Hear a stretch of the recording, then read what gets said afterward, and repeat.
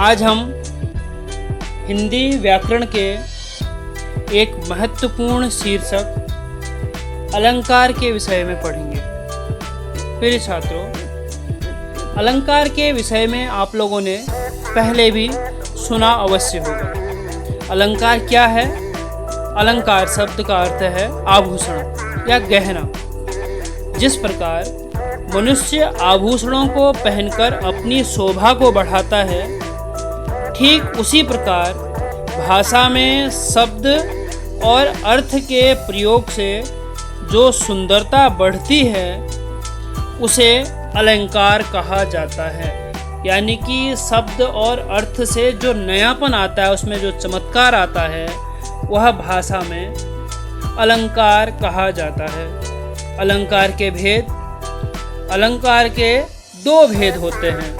पहला है शब्दालंकार, दूसरा है अर्थालंकार। जैसा कि शब्दों से स्पष्ट है, शब्दालंकार अर्थात शब्दों का अलंकार, शब्दों से नयापन। अर्थालंकार अर्थों से अलंकार अर्थात जो शब्द के अर्थ होंगे उनके द्वारा जो नया चमत्कार होगा वो अर्थालंकार होगा। शब्दालंकार क्या है?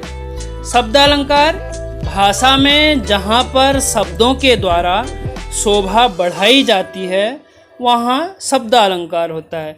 यानी कि जैसे पहले बताया कि शब्दों के द्वारा जहाँ चमत्कार होगा, वर्णों के द्वारा, शब्दों के द्वारा, वहाँ पर जो है शब्दालंकार होता है। तो ऐसे ही हम देखेंगे शब्दालंकार में कौन कौन से भेद हैं। तो शब्दालंकार के अनुप्रास, यमक और श्लेष अलंकार हैं। और भी भेद, लेकिन आपके पाठ्यक्रम में ये तीन भेद, अनुप्रास, यमक और श्लेष अलंकार, ये आपके पाठ्यक्रम में हैं। तो सबसे पहले अनुप्रास अलंकार के बारे में पढ़ेंगे। अनुप्रास अलंकार क्या है? जब व्यंजन वर्ण की दो या दो से अधिक बार आवृत्ति होती है वहाँ पर अनुप्रास अलंकार होता है। व्यंजन वर्ण की आवृत्ति, यहाँ पर किसी शब्द की नहीं, केवल वर्ण की आवृत्ति होती है। जैसे क, ख, ग, घ, ये क्या है? व्यंजन वर्ण है। इनकी आवृत्ति होगी, यही वर्ण बार बार आएंगे। कैसे? उदाहरण देखते हैं। पहला उदाहरण है, चारु चंद्र की चंचल किरणें खेल रही हैं जलथल में, स्वच्छ चांदनी बिछी हुई है अवनी और अंबर तल में। यहाँ पर कैसे है अनुप्रास अलंकार कि चारु चंद्र की चंचल किरणें। आप देख रहे हैं इसमें च वर्ण की बार बार आवृत्ति हो रही है।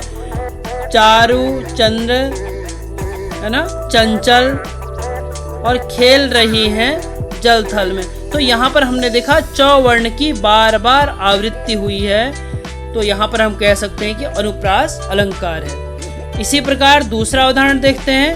देखी सुदामा की दीन दशा, करुणा करके करुणा निधि रोए।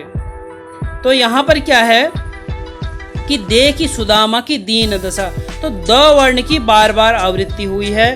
देखी में द है ना, सुदामा के में द है, तो दीन दशा, और इस प्रकार से जो हम कह सकते हैं यहाँ पर भी क्या है? अनुप्रास अलंकार है। इसी प्रकार हम तीसरा उदाहरण देखते हैं। तीसरे उदाहरण में, बंदौ गुरुपद पदुम परागा, सुरुचि सुबास सरस अनुरागा। इसमें पहली पंक्ति में देखेंगे बंदौ गुरुपद पदुम परागा।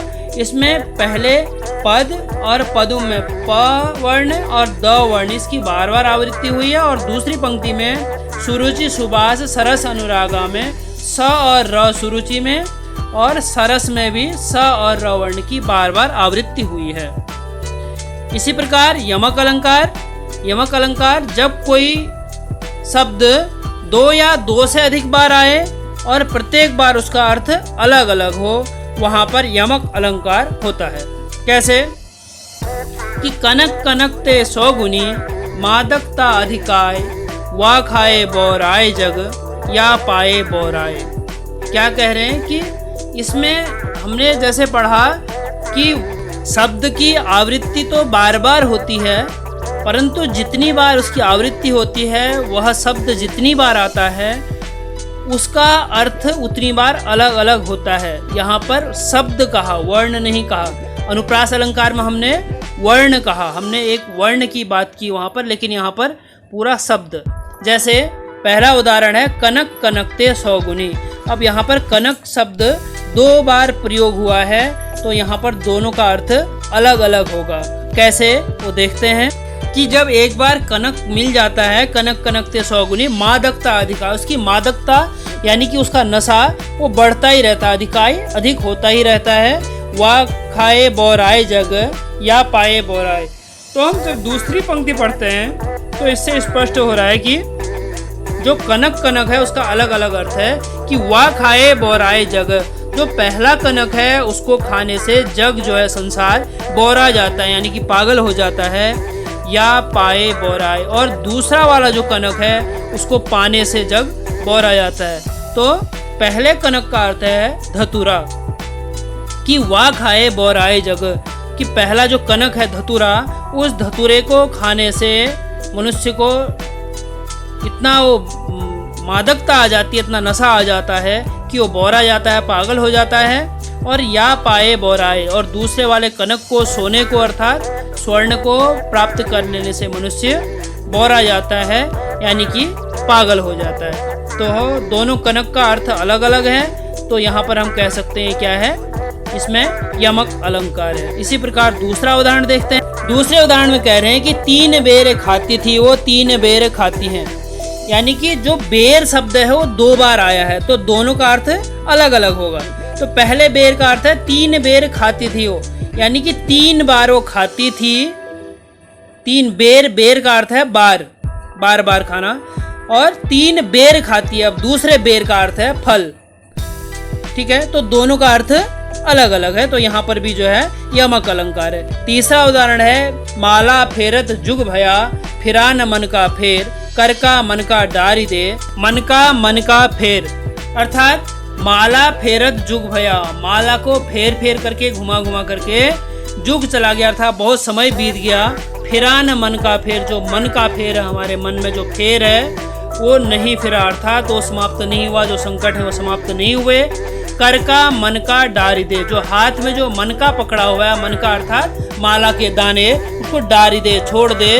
तो मन का, जो मन का है माला के दाने, वो मन का फेर, हमारे मन के फेर है। तो यहाँ पर प्रत्येक मन का अर्थ अलग अलग है, तो यहाँ पर यमक अलंकार।